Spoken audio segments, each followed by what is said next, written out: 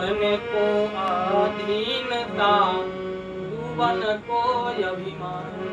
साहब जी की साखी में बहुत कुछ कह दिए हैं। जो दर्शन अगर करना हो तो साधु का कीजिए, सुमरन करना हो। साहब सत्संग में है, साहब बंदगी सत्संग में बैठे हुए साहब जी जी।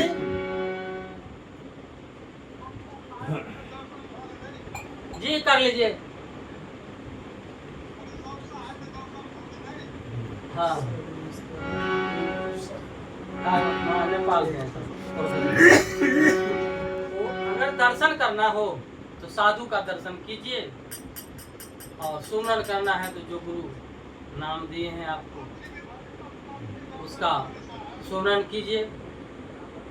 और इस संसार से अगर आपको पार होना है तो बस अधीनता रखिए सबके सामने। जैसे कि आज हमें बहुत गर्व होता है जब दरोगा साहब कोई आयोजन करते हैं या किसी आयोजन में ये आते हैं, किसी ऐसे पद पे हैं जिनको फुर्सत नहीं, लेकिन उस फुर्सत को निकाल करके गुरुदेव की कृपा से साहब हम लोगों को मिलते हैं और तरस परस होता है। और अधीनता अभी देखे हैं आप जो इन्होंने किए आते ही जो साहब चरण बन जाए, उस पद पे जा करके भी अपना अभिमान को हटा दिए कि नहीं मैं दरोगा हूँ, ऐसा छोड़ करके चरण बनाए। मैं बार बार बंदगी, क्योंकि इस जगह पे जाने के बाद अभिमान लोगों में हो जाता है, लेकिन इनमें ये बात नहीं है। इसीलिए अगर इस संसार से जाना है तो यही भाव रखना जरूरी है साहब की साखी में। और कहीं आपको ये समझ में आए जो भाई अब इसमें हमें काल के मुंह में ही जाना है, तो अभिमान कर लीजिए। इस साखी का यही अर्थ है। और हम लोग इसी तरह से एक साखी कहें और कोशिश करें कि उसका कुछ हम विश्लेषण कर लें तो बहुत अच्छा होगा।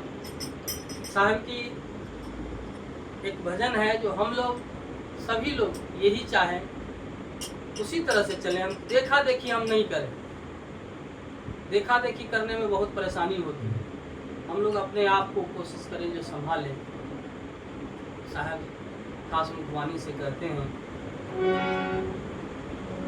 फूटे ना गगरी हो, फूटे ना गगरी हो, फूटे ना गगरी। ये शरीर रूपी गगरी, फूटे ना गगरी हो, फूटे ना गगरी हो, फूटे ना गगरी। समारु साखी सुरती, फूटे ना गगरी।